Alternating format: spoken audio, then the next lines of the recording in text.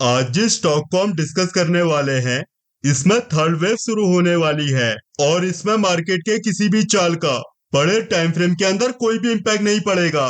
क्योंकि अगर हम इसका बड़ा चार्ट देखते हैं तो इसकी करेक्शन शुरू हुई है 2020 से, जब ब्रॉडर मार्केट के अंदर बहुत बड़ा बुल फेस था और इसने बुल फेस में परफॉर्म नहीं किया है, तो इसका मतलब ये नहीं है कि ये खराब शेयर है।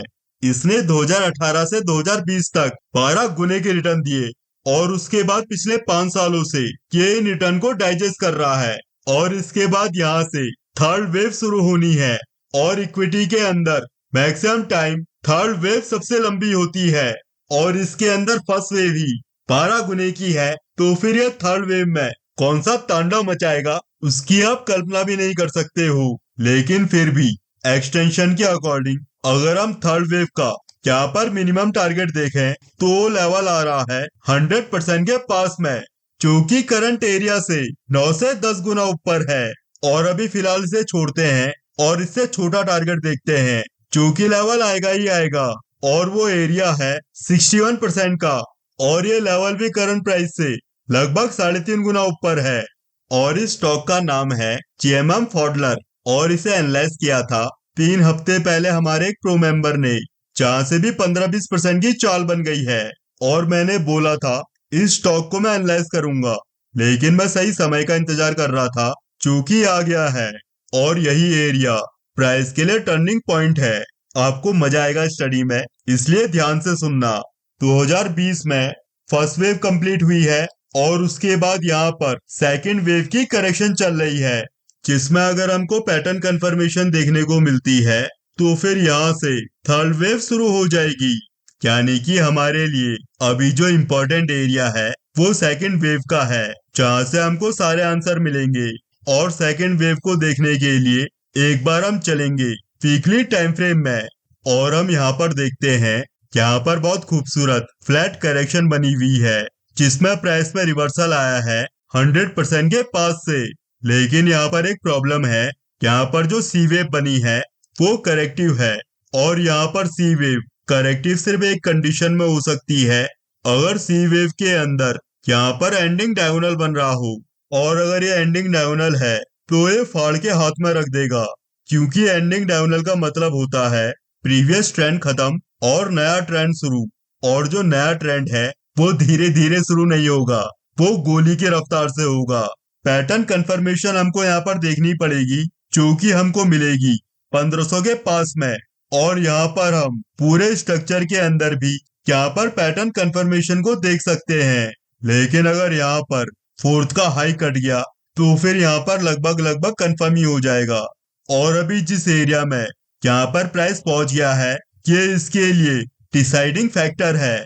और मैं ऐसा क्यों बोल रहा हूँ, इसके लिए मैं आपको ले जाऊंगा डेली टाइम फ्रेम के अंदर।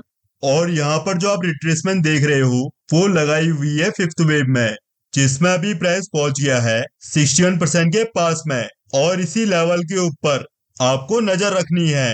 प्राइस इसके ऊपर कंटिन्यू हो गया तो फिर यहाँ पर बहुत हायर साइड प्रोबेबिलिटी बन जाएगी, जो फोर्थ वेव का हाई है वो कट सकता है। और एक बार आपको मैं 60 मिनट के टाइम फ्रेम में ट्रेडिंग सेटअप भी दिखा देता हूँ। और यहाँ पर आप देखोगे तो अभी प्राइस 61% के लेवल के ऊपर है। और अगर इस चार्ट को 15 मिनट के टाइम फ्रेम में देखते हैं तो यहाँ पर बहुत सुंदर हमको एबीसी की यहाँ पर करेक्शन दिखाई दे रही है। अगर हमको यहाँ पर पैटर्न कंफर्मेशन देखने को मिलती है तो फिर जो डेली टाइम फ्रेम का 61% का लेवल है वो भी ब्रेक हो जाएगा और फिर जो प्राइस के नेक्स्ट लेवल हैं वो हमारे लिए ओपन हो जाएंगे। लेकिन अगर 60 मिनट के अंदर 61% का लेवल ब्रेक होता है तो फिर पहले एक बार वेट एंड वॉच करना है, ये लेवल प्राइस में संभल रहे हैं या फिर नहीं संभल रहे हैं। और अभी जो फ्रेश एंट्री होगी वो पैटर्न कंफर्मेशन के बाद ही होगी, क्योंकि अगर प्राइस को यहाँ से नए लो के लिए जाना है तो वो भी यही एरिया है जिसका हमको पता चलेगा जब यहाँ पर इम्पल्स के रूल ब्रेक होंगे। क्योंकि अभी तक प्राइस में सिर्फ 3 ही वेव बनी है और हम मंथली टाइम फ्रेम के अंदर यहाँ पर 0 टू ट्रेंड लाइन ड्रॉ कर सकते हैं। क्योंकि अगर प्राइस में यहाँ से थर्ड वेव शुरू हो गई है तो फिर ये ट्रेंड लाइन प्राइस के किसी भी करेक्शन में ब्रेक नहीं होगी जब तक कि थर्ड वेव कंप्लीट नहीं हो जाती। और अगर यहाँ पर ये ट्रेंड लाइन अगर ब्रेक भी हो जाती है तब भी यहाँ पर डरने की कोई जरूरत नहीं है, क्योंकि ये करेक्शन का एंड चल रहा है, बस जिसमें प्राइस अपनी जेट वेव को बनाने के लिए एक बार प्रीवियस लूज यहाँ पर ब्रेक कर सकता है, जिसके लिए यहाँ पर हम बॉटम से प्राइस के अंदर रिट्रेसमेंट लगाएंगे लेवल्स को देखने के लिए। और यहाँ पर हम देखते हैं जब प्राइस यहाँ से ऊपर गया है तब ये 38% के लेवल को छोड़ गया है, तो इसके आसपास तक की करेक्शन प्राइस यहाँ पर कर सकता है। बस शॉर्ट टर्म के अंदर हमको यहाँ पर एग्जिट करना पड़ेगा अगर इम्पल्स के रूल ब्रेक होते हैं, और फिर जैसे ही सबसे छोटे टाइम फ्रेम में हमको कंफर्मेशन मिलती है तो फिर वहां पर कंफर्म हो जाएगा प्राइस ऊपर जा रहा है।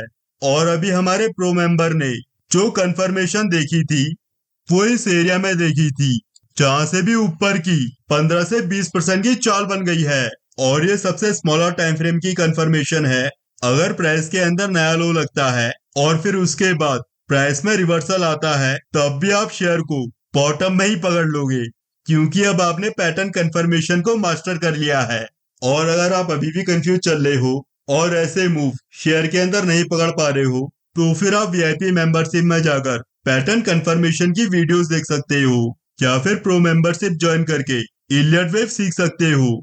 इलियट वेव की प्लेलिस्ट का लिंक आपको कमेंट बॉक्स में मिल जाएगा। और इसके साथ साथ जो लास्ट 2 वीडियो आई है स्टॉक्स के ऊपर उनको जरूर देखना।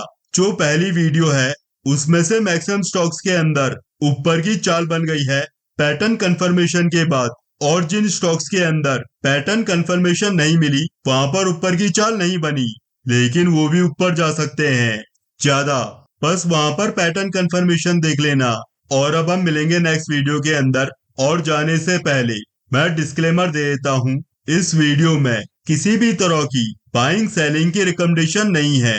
जिन भी चार्ट्स को हमने देखा है उन्हें सिर्फ एजुकेशन पर्पस के लिए देखा है।